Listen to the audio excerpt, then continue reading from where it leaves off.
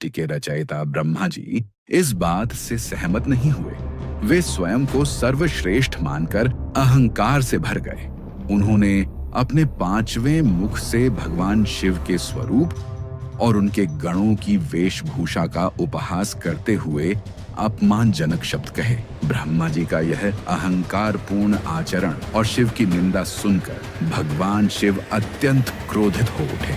उनका क्रोध इतना प्रचंड था कि उसे धारण करना पूरी सृष्टि के लिए कठिन था। अपने अपमान और ब्रह्मा के अहंकार को दंड देने के लिए भगवान शिव ने अपनी भौहों के मध्य से एक अत्यंत तेजस्वी, भयंकर और विकराल स्वरूप साक्षात महाकाल जैसा था।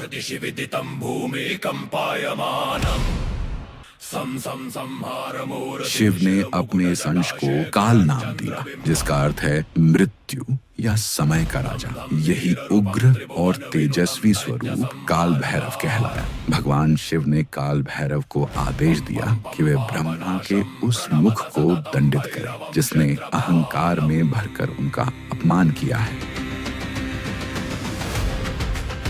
भगवान शिव की आज्ञा पाते ही काल भैरव ने तनिक भी विलंब नहीं किया। उन्होंने ब्रह्मा जी के उस पांचवें मुख को धड़ से अलग कर दिया जिसने शिव की निंदा की थी। काल भैरव के इस कृत्य से ब्रह्मा जी का अहंकार तो नष्ट हो गया और वे 5 मुखों से 4 मुखों वाले हो गए।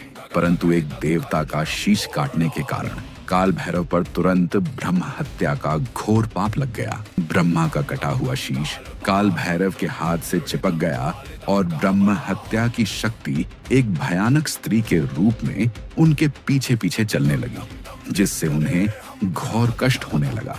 भगवान शिव ने काल भैरव को इस पाप से मुक्ति पाने के लिए तीनों लोगों का भ्रमण करने का आदेश दिया। वे दंड पाणी के रूप में भटकते रहे, लेकिन कि कपाल उनके हाथ से चिपका रहा और ब्रह्म हत्या उनके पीछे रही। अंत में भ्रमण करते हुए वे भगवान शिव की परम प्रिय नगरी काशी पहुंचे। जैसे ही काल भैरव ने काशी की सीमा में प्रवेश किया, उनके हाथ से वह कपाल छूटकर एक स्थान पर गिर गया और ब्रह्म हत्या की शक्ति वहीं पाताल लोक में विलीन हो गई।